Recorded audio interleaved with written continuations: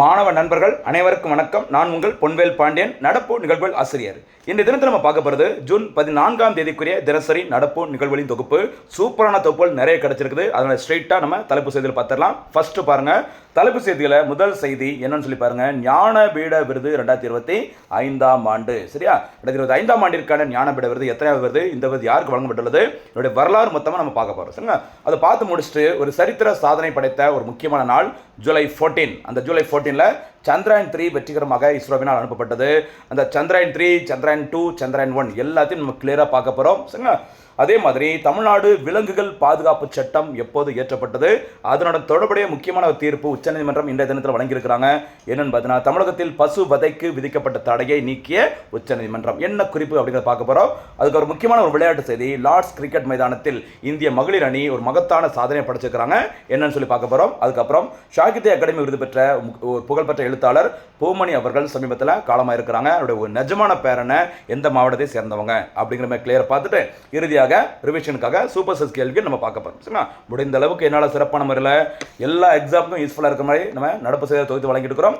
நல்ல முறையில் பயன்படுத்திக்கோங்க, தேர்வில் வெற்றி பெறுங்கள். நம்முடைய ஹார்ட் ஒர்க்கு நோட்ஸ்லாம் பிடிச்சிருந்து அப்படின்னா சேனலை சப்ஸ்கிரைப் பண்ணிக்கோங்க, லைக் பண்ண மறக்க வேண்டாம். சரியா, கேட்குற கேள்விகளுக்கு ரிவிஷன் பண்ணுங்க, தேர்வில் வெற்றி பெறுங்கள். ஆரம்பிக்கலாமா? இப்போ நம்ம பார்க்க போகிறது விரிவான செய்திகள். அதில் முக்கியமான ஃபர்ஸ்ட் செய்தியை பாருங்க. ஞானபீட விருது 2025 ஞான்பித் அவார்டு சொல்லுவாங்க. இதுதான் இந்தியாவில் இலக்கியத்துறைக்கு வழங்கப்படும் உயரிய விருது. சரி, ஐஏஎஸ். சரி, இந்தியாவில் இலக்கியத்துறைக்கு வழங்கப்படும் உயரிய விருது முதல் முறை வழங்கப்பட்ட வருஷம் 1965. சரியா, இந்த விருதினை முதல் முறையாக வென்றவர் மலையாள மொழிக்காக யார் பார்த்தீங்கன்னா சங்கர குருப் அவர்கள். ஓகேவா, அதுக்கப்புறம் சில வரலாறுலாம் நடந்திருக்கு, அது எல்லாமே பின்னாடி நோட்ஸ் வருது, வெயிட் பண்ணி பாருங்க. 60வது ஞானபீட விருது மார்ச் 14, 2026 என்று அறிவிக்கப்பட்டது. எந்த ஆண்டிற்கானதுங்கிறத மறந்துடாதீங்கம்மா, 2025ஆம் ஆண்டிற்கானது. சரிங்களா, இந்த விருது யார் அறிவிச்சாங்கன்னு சொல்லி பாருங்க. பாரதிய ஞானபீடம் அப்படிங்கிற அமைப்பு அறிவிச்சிருக்கிறாங்க. இந்த விருதினை பெற்றவர் யார் பார்த்தீங்கன்னா கவிஞர் வைரமுத்து அவர்கள். மார்ச் 14 அறிவிச்சாங்க. ஆனால் ஜூலை 13ஆம் தேதி நடைபெற்ற நிகழ்ச்சியில் தான் இந்த விருது வழங்கப்பட்டது. ஞாபகம் வச்சுக்கோங்க. இந்த ஞானபீட விருது எத்தனையாவதுமா? 60வது ஞானபீட விருது ஆகும். சரியா, இந்தியாவில் இலக்கியத்துறைக்கு வழங்கப்படும் ஒரு ஹையஸ்ட் அவார்டு தான் இந்த ஞான்பித் அவார்டு, மறக்காதீங்க. இந்த விருதிற்கு என்ன கொடுப்பாங்க அப்படின்னு சொல்லி பாருங்க. 11 லட்சம் ரூபாய். சரி, பரிசு தொகையாக வழங்கப்படும் தொகை ரூபாய் 11 லட்சம், பாராட்டு பத்திரம் மற்றும் சரஸ்வதி தேவியின் சரியா ஒரு வெண்கல சிலை வழங்கப்படும். கவிஞர் வைரமுத்து அவர்களின் முக்கியமான சில படைப்புகள் என்னன்னு சொல்லி பாருங்க. கள்ளிக்காட்டு இதிகாசம். இந்த கள்ளிக்காட்டு இதிகாசம் நூல் தான் 2003ஆம் ஆண்டில் சாகித்ய அகாடமி விருதை வென்றது, குறிப்பிடத்தக்கது. சரிங்களா, இப்போ 2003. அடுத்து வேற என்னன்னு சொல்லி பாருங்க. ஃபேமஸ் கருவாச்சு காவியம், தண்ணீர் தேசம், 3ஆம் உலகப்போர். இது எல்லாமே கவிஞர் வைரமுத்து அவர்கள் எழுதிய முக்கியமான படைப்புகள். இது தவிர சரிங்களா, தேசிய லெவலில் சினிமா துறையில் சிறந்த பாடல் வரிகளை எழுதி 7 முறை தேசிய விருதை வாங்கியிருக்கிறாங்க வைரமுத்து அவர்கள். சரிங்களா, இது தவிர 2014ஆம் ஆண்டு பத்மபூஷன் விருதும் 2003ஆம் ஆண்டில் பத்மஸ்ரீ விருதையும் வாங்கியிருக்காங்க. சார், 2014 பத்மபூஷன் அந்த சாகித்ய அகாடமி விருது வாங்கின 2003ஆம் ஆண்டு பத்மஸ்ரீ விருதையும் வென்றவர் கவிஞர் வைரமுத்து அவர்கள். ஓகேவா, அடுத்து இதான் ஏற்கனவே சொன்னதான். 2003ஆம் ஆண்டு கள்ளிக்காட்டு இதிகாசம் நூலுக்காக சாகித்ய அகாடமி வாங்கியிருக்கிறாங்க. இது தவிர தமிழ்நாடு அரசின் கலை பங்களிப்பிற்காக கலை மாமணி விருதை வென்றவர் கவிஞர் வைரமுத்து அவர்கள். இதுக்கு முன்னாடி தமிழ்நாட்டிலிருந்து முதல் முறையாக ஞானபீட விருதை வென்றவர் யார் பார்த்தீங்கன்னா திரு அகிலன் அவர்கள் எழுதிய சித்திரப்பாவை அந்த படைப்பிற்காக 1975ல் ஞானபீட விருது வாங்கினாங்க. ஃபர்ஸ்ட் டைம் ஒரு தமிழ் ரைட்டர் யாரு, அகிலன் அவர்கள். அவரை தொடர்ந்து டி ஜெயகாந்தன் அவர்களுக்கு 2002ஆம் ஆண்டு அந்த ஞானபீட விருது வழங்கப்பட்டது. சரிங்களா, அகிலன் ஜெயகாந்தன் அவர்களுக்கு பிறகு 3வது ஒரு தமிழ் எழுத்தாளர் இந்த ஞானபீட விருதை வாங்குறாங்க அப்படின்னு பார்த்தீங்கன்னா அவர் வேற யாரும் ஒன்றும் கிடையாது. யாருமா? கவிஞர் வைரமுத்து அவர்கள். எத்தனை ஞானபீட விருது? 60வது, மறந்துடாது. ஓகேவா, அடுத்து இன்றைய தினம் ஜூலை 14ஆம் தேதி நடப்பு செய்தியில் பார்த்துட்டு இருக்கோம். இந்த ஜூலை 14ல் இஸ்ரோ ஒரு மகத்தான சாதனை படைத்தாங்க. எந்த திட்டத்தின் மூலமாக? சந்திராயன் 3 திட்டத்தின் மூலமாக. சரியா, நிலாவை ஆராய்ச்சி செய்வதற்கு இஸ்ரோ சரியா வெற்றிகரமாக அனுப்பிய அந்த விண்கலத்தின் பெயர் சந்திராயன் 3. இந்த சந்திராயன் 3 வெற்றிகரமாக செலுத்தப்பட்ட நாள் ஜூலை 14, 2023. 2023 அப்படின்னாலே இஸ்ரோவோட சாதனை மிக்க ஒரு ஆண்டு. ஏன் அப்படின்னா சந்திராயன் 3 அப்போ தான் அனுப்புனாங்க. சூரியனை ஆய்வு செய்வதற்கு ஆதித்யா L1 விண்கலமும் அனுப்பப்பட்டதும் அந்த 2023ஆம் ஆண்டு. சரிங்களா, சரி, இதற்கு பயன்படுத்தப்பட்ட அந்த ராக்கெட்டோட பேர் LVM-3M4. அந்த ராக்கெட் தான் பயன்படுத்தினாங்க.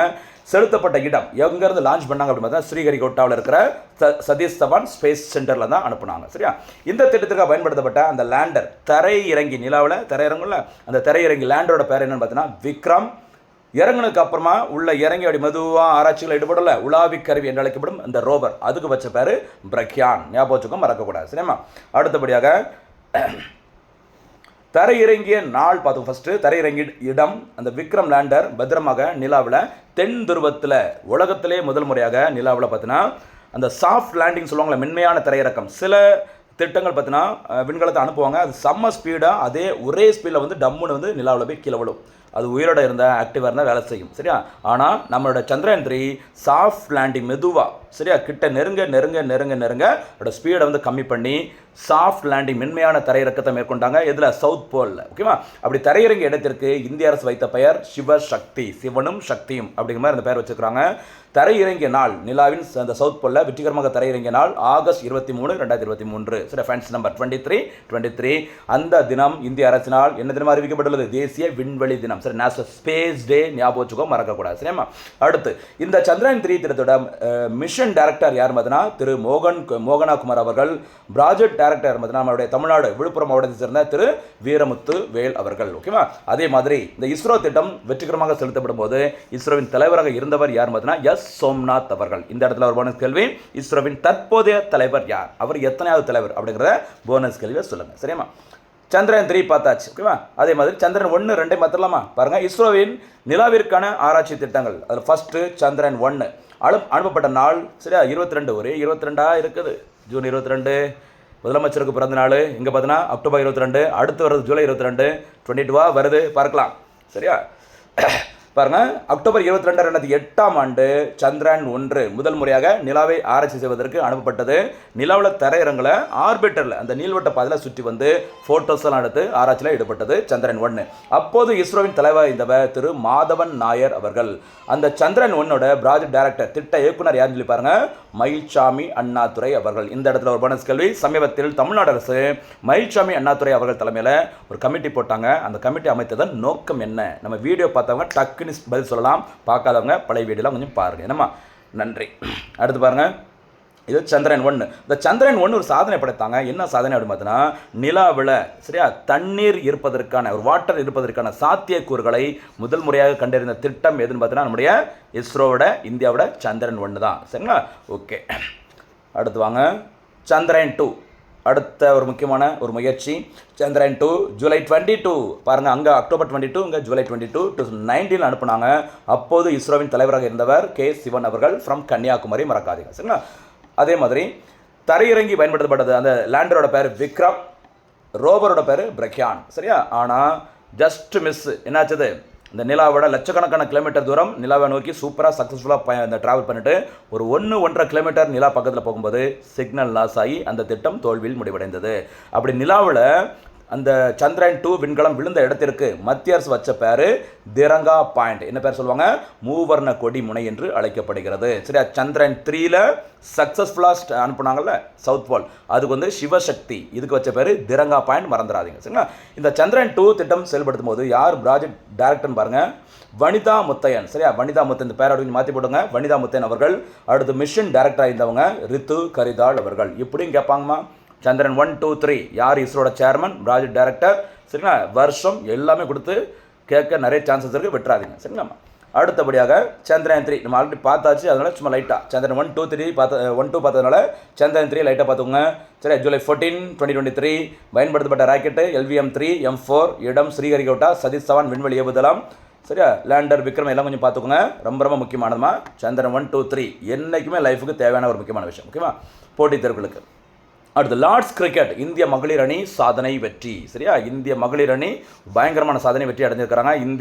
இந்தியன் ஆடவர் கிரிக்கெட் அணி இங்கிலாந்துக்கு போயிட்டு பயங்கரமாக மண்ணை கவிட்டு வந்தாங்க 4-0 அப்படின்னு சொல்லி T20 இந்த 2020 சீரீஸை பயங்கரமாக ஒரு படுதோல்வி அடைஞ்சிட்டு வந்த நிலையில் இந்திய மகளிர் அணி இங்கிலாந்தில், சரியா, ஒரு சாதனை படைச்சிருக்கிறாங்க. என்னன்னு சொல்லிப்பாங்க, இங்கிலாந்தில் லண்டனில் உள்ள வரலாற்று சிறப்புமிக்க லார்ட்ஸ் கிரிக்கெட் மைதானம், சரியா. லார்ட்ஸ் கிரிக்கெட் மைதானத்தில் நடந்த முதல் மகளிர் டெஸ்ட் கிரிக்கெட் போட்டியில் இங்கிலாந்து அணியை இந்திய அணி 270 ரன்கள் வித்தியாசத்தில் வெற்றி பெற்று இந்திய மகளிர் அணி ஒரு மாபெரும் வரலாற்று வெற்றியை அடைந்து சாதனை படைச்சிருக்கிறாங்க, சரியா. லார்ட்ஸ் கிரிக்கெட் மைதானத்தில் ஆடவர் டெஸ்ட் கிரிக்கெட் போட்டி 142 வருஷமாக நடந்துருக்குது. ஆனால் இதுவரைக்கும் மகளிருக்கான டெஸ்ட் மேட்ச் பார்த்தீங்கன்னா நடந்ததே கிடையாது. ஃபர்ஸ்ட் டைம் நடந்திருக்குது. யாருக்கும் இடையே இங்கிலாந்து மற்றும் இந்தியா. இந்த போட்டியில் இந்தியா 270 ரன்ஸ் டிஃபரன்ஸில் சூப்பரான ஒரு வெற்றியை அடைஞ்சிருக்கிறாங்க, சரியா. ஓகே, இந்த கிரிக்கெட் மைதானத்தில் லார்ட்ஸ் கிரிக்கெட் மைதானத்தில் பார்த்தீங்கன்னா ஒரு செஞ்சுரி அடித்தாங்க. இந்தியாவை சேர்ந்த ஒரு முக்கியமான ஒரு கிரிக்கெட் வீராங்கனை யாருன்னு பார்த்தீங்கன்னா யாஸ்திகா பாட்டியா அவர்கள். சரியா, ஃபர்ஸ்ட் டைம் பார்த்தீங்கன்னா டெஸ்ட் மேட்ச்சில் செஞ்சுரி அடிச்சுக்கிறாங்க, மறக்கக்கூடாது. இது ஒரு சாதனை லார்ட்ஸ் கிரிக்கெட் மைதானத்தில். ஓகேவா. அடுத்து இந்த போட்டியில் சூப்பராக பெர்ஃபார்ம் பண்ணி சரி ஃபர்ஸ்ட் இன்னிங்ஸில் 5 விக்கெட்டு, செகண்ட் இன்னிங்ஸில் 2 விக்கெட்டு, மொத்தம் 7 விக்கெட் எடுத்து மேன் ஆஃப் த மேட்ச் வாங்கினவங்க யார் பார்த்தீங்கன்னா இந்தியாவின் வேகப்பந்து வீச்சு வீராங்கனை சரியா கிரந்தி கவுட் அவர்கள். இப்படி சாதனை படைத்த இந்திய கிரிக்கெட் அணியின் கேப்டனாக இருந்தவங்க யாருன்னு பார்த்தீங்கன்னா ஹர்மன் பிரீத் கவுர் அவர்கள். மறக்காதீங்க, சூப்பரான ஒரு சாதனை. சரிங்களா, வாழ்த்துக்கள். இதே மகளிர் அணி தான் லாஸ்ட் டைம் பார்த்தீங்கன்னா 1 டே வேர்ல்டு கப்பை அடித்து தூக்குறாங்க. அதுக்கும் யார் தான் கேப்டன்? ஹர்மன் பிரீத் கவுர் அவர்கள். ஓகேவா. அடுத்து முக்கியமான செய்தி பாருங்க. சாகித்ய அகாடமி விருது பெற்ற எழுத்தாளர் பூமணி சமீபத்தில் வயது முதிர்வு காரணமாக காலமாக இருக்கிறாங்க. அவருடைய முழு பெயர் பார்த்தீங்கன்னா புலித்துறை மாணிக்க வாசகம், ஷார்ட்டா பூமணி அப்படி சொல்லி வச்சுட்டாங்க, ஞாபகம் வச்சுக்கோங்க. ஓகேவா. சாகித்ய அகாடமி விருது பெற்ற பிரபல எழுத்தாளர் பூமணி அவர்கள் சென்னையில் காலமாக இருந்தாங்க. அவருடைய சொந்த ஊர் எதுன்னு பார்த்தீங்கன்னா அப்போ அவங்க பிறந்த டைமில் திருநெல்வேலி, தூத்துக்குடி எல்லாமே ஒருங்கிணைந்த மாவட்டம். இப்போ தனியாக பார்க்கும்போது தூத்துக்குடி மாவட்டம் கோவில்பட்டி அருகே உள்ள ஆண்டிப்பட்டி அந்த ஊரை சேர்ந்தவர் தான் பூமணி அவர்கள். சரியா, சாகித்ய அகாடமி விருதை எப்போ வாங்கினாங்க அப்படி கேட்கலாம், கவனம் பாருங்க. சரியா, இவர் எழுதிய அஞ்சாடி என்ற நாவலுக்காக 2014ஆம் ஆண்டில் சாகித்ய அகாடமி விருதை வென்றவர், ஞாபகம் வச்சுக்கோங்க. இது தவிர ஒரு முக்கியமான ஒரு குறிப்பை நோட் பண்ணிக்கோங்க. தனுஷ் நடித்த படம் அசுரன் படம் பார்த்தீங்களா, அது தொடர்பான ஒரு செய்தி பாருங்க. 1982ஆம் ஆண்டில் வெளியான இவரது வெக்கை என்ற நாவல் வெற்றிமாறனின் ஒரு புகழ்பெற்ற முக்கியமான தமிழ் சினிமா இயக்குனர் வெற்றிமாறனின் இயக்கத்தில் உருவான அசுரன் திரைப்படம் எதை வச்சு தான் அடிப்படை வந்தது? இந்த பூமணி அவர்கள் எழுதிய வெக்கை நாவல் அடிப்படையில் தான் அசுரன் திரைப்படம் உருவாக்கப்பட்டது, குறிப்பிடத்தக்க. சரிங்களா, இது தவிர வாய்க்கால், வரப்புகள் போன்ற நாவல்களை எழுதி புகழ்பெற்றவர் பூமணி அவர்கள். அடுத்தபடியாக முக்கியமான ஒரு இந்தியன் பாலிட்டு சம்மந்தப்பட்ட தமிழ்நாடு சம்மந்தப்பட்ட முக்கியமான செய்தி பாருங்க. தமிழ்நாடு விலங்குகள் பாதுகாப்பு சட்டம். சரியா, தமிழ்நாடு அனிமல் பிரிசர்வேஷன் ஆக்ட் இயற்றப்பட்ட வருஷம் 1958, மறந்துடாதீங்க. சரிமா, ஓகே. இந்த சட்டம் தொடர்பாக ரீசெண்டாக ஒரு கரண்ட் அஃபேர்ஸ் அப்டேட் என்னன்னு சொல்லி பாருங்க. தமிழகத்தில் பசுவதைக்கு விதிக்கப்பட்ட தடையை நீக்கியது இந்திய உச்சநீதிமன்றம். சரியா, பசுவதைக்கு மெட்ராஸ் ஹைகோர்ட் வந்து பார்த்தீங்கன்னா தடை விதிச்சிருந்தாங்க. அந்த தடையை சரியா யார் நீக்கியிருக்கிறாங்க? உச்சநீதிமன்றம். என்ன பின்னணி சொல்லி பாருங்க. பொது இடங்களில் பசுக்கள் வெட்டப்படுவதை தடுக்க கோரி இந்து மக்கள் கட்சியின் சார்பில் சென்னை உயர்நீதிமன்றத்தில் ஒரு பொதுநல மனு தாக்கல் செய்யப்பட்டது. அதை விசாரித்த மெட்ராஸ் உயர்நீதிமன்றம் தமிழகம் முழுவதும் எந்த ஒரு நாளிலும் பசுக்கள், கன்றுகளை வெட்டுவதற்கு தடை விதித்ததுடன் அங்கீகரிக்கப்பட்ட இறைச்சி கூடங்களில் மட்டுமே விலங்குகளை வெட்ட வேண்டும் என்றும் உத்தரவிட்டது. அந்த உத்தரவை எதிர்த்து தமிழ்நாடு அரசு உச்சநீதிமன்றத்தில் மேல்முறையீடு செஞ்சிருக்கிறாங்க. சரியா, பார்த்துக்கோங்க. உச்சநீதிமன்றம் தடை வச்சிருக்கிறாங்க. அதை எதிர்த்து அந்த கேஸில், அந்த சட்டத்தில் நீங்கள் சொன்ன அந்த தீர்ப்பில் எங்களுக்கு கிளியராக இல்லை, சில விஷயங்கள் கன்ஃபியூஸாக இருக்குது. சரிங்களா, எந்த மாடை வெட்டணும், எப்போ வெட்டக்கூடாது, திருவிழாவுக்கு வெட்டலாமா வெட்டக்கூடாதா, சரிங்களா, அப்படி நிறைய கன்ஃபியூஸாக இருக்குது, எங்களுக்கு கிளியராக ஒரு விஷயத்த சொல்லுங்கள் அப்படின்னு சொல்லிட்டு அது தொடர்பாக தமிழ்நாடு அரசு மேல்முறையீடு செஞ்சாங்க உச்சநீதிமன்றத்தில். இந்த கேஸில் தமிழ்நாடு அரசு தன்னுடைய வாதத்தில் என்ன சொல்கிறாங்க அப்படின்னா, உயர்நீதிமன்றத்தின் உத்தரவுகள் முரண்பாடாக உள்ளது, மேலும் தமிழக விலங்குகள் பாதுகாப்பு சட்ட விதிகளுக்கு முற்றிலும் முரணாக இருக்குது அவங்களோட தீர்ப்பு. சரிங்களா, அந்த தீர்ப்பின்படி உயர்நீதிமன்றத்தின் தீர்ப்பின்படி 10 வயதிற்கு மேற்பட்ட சரியா அல்லது வேலைக்கோ அல்லது இனப்பெருக்கத்திற்கோ தகுதியற்ற பசுக்களை உரிய அதிகாரிகளிடம் சான்றிதழ் பெற்ற பிறகு இறைச்சிக்காக வெட்டுவதற்கு அனுமதிக்கப்படுகிறது என்று சுட்டிக்காட்டியது. அந்த தீர்ப்பில் அப்படி சொல்லியிருக்காங்க. சரியா, அந்த வாதங்களை ஏற்றுக்கொண்ட உச்சநீதிமன்றம் சென்னை உயர்நீதிமன்றத்தின் பசுவதை தடை உத்தரவிற்கு இடைக்கால தடை விதித்து உத்தரவிட்டுள்ளது. ஞாபகம் வச்சுக்கோங்க, இதான் அதோட பின்னணி. சரியா, தமிழ்நாட்டில் 1958 விலங்குகள் பாதுகாப்பதற்கான சட்டம் கொண்டு வந்திருக்கிறாங்க. அதே மாதிரி உத்தரப்பிரதேசம், பஞ்சாப் ஆகிய மாநிலங்களில் பார்த்தீங்கன்னா 1955லையும், கர்நாடகாவில் 1964 மற்றும் மத்திய பிரதேசத்தில் 2004ஆம் ஆண்டிலும் இந்த சட்டம் இயற்றப்பட்டது. சரியா, அடுத்தபடியாக இந்த தினத்திற்கான சூப்பர் 6 கேள்விகள். முதல் சூப்பர் 6 கேள்வி பாருங்கள். 60வது ஞானபீட விருது யாருக்கு வழங்கப்பட்டது? செகண்ட், முதல் முறையாக ஞானபீட விருது வென்ற தமிழ் எழுத்தாளர் யார்? வருஷத்தை சேர்த்து சொல்லுங்கள். தேர்ட் கொஸ்டின், சந்திரயான் 3 விண்கலம் எப்போது வெற்றிகரமாக விண்ணில் செலுத்தப்பட்டது? ஃபோர்த் கொஸ்டின், சந்திரயான் 3 விண்கலம் தரையிறங்கிய அந்த இடத்திற்கு இந்திய அரசு வைத்த பெயர் என்ன? 5வது சூப்பர் 6 கேள்வி, தமிழ்நாடு விலங்குகள் பாதுகாப்பு சட்டம் எப்போது இயற்றப்பட்டது? 6வது முக்கியமான கேள்வி, லார்ட்ஸ் கிரிக்கெட் மைதானம் எந்த நாட்டில் அமைந்துள்ளது? இதற்கான பதில்களை சூப்பராக வீடியோ நல்லா பார்த்துட்டு அருமையான முறையில் பதில் சொல்லுங்கள், தெளிவாக இருங்க. வர்ற நடப்பு செய்திகளில் சரியா எந்த நடப்பு சரி எல்லாத்தையும் சூப்பராக மைண்டில் சேர்த்துக்கிட்டே வாங்க. அடுத்து வர எல்லா போட்டித் தேர்வுகளுக்கும் அந்த கரண்ட் அஃபேர்ஸ் ஒரு டிசைடிங் ஃபேக்டராக இருக்கும். அதுக்கு நான் கேரண்டியாக சொல்கிறேன். சரியா ஸ்கீம்ஸ்லேருந்து மாநாடுகள்லேருந்து செய்தி இடம்பெற்ற சட்டங்கள், சட்ட திருத்தங்கள் எல்லாமே, சயின்ஸ் அண்ட் டெக்னாலஜி எல்லாமே நம்ம கவர் பண்ணிகிட்டு இருக்கோம். நல்ல முறையில் பயன்படுத்திக்கோங்க. தேர்வில் வெற்றி பெறுங்கள். மீண்டும் சந்திக்கலாம். நன்றி, வணக்கம்.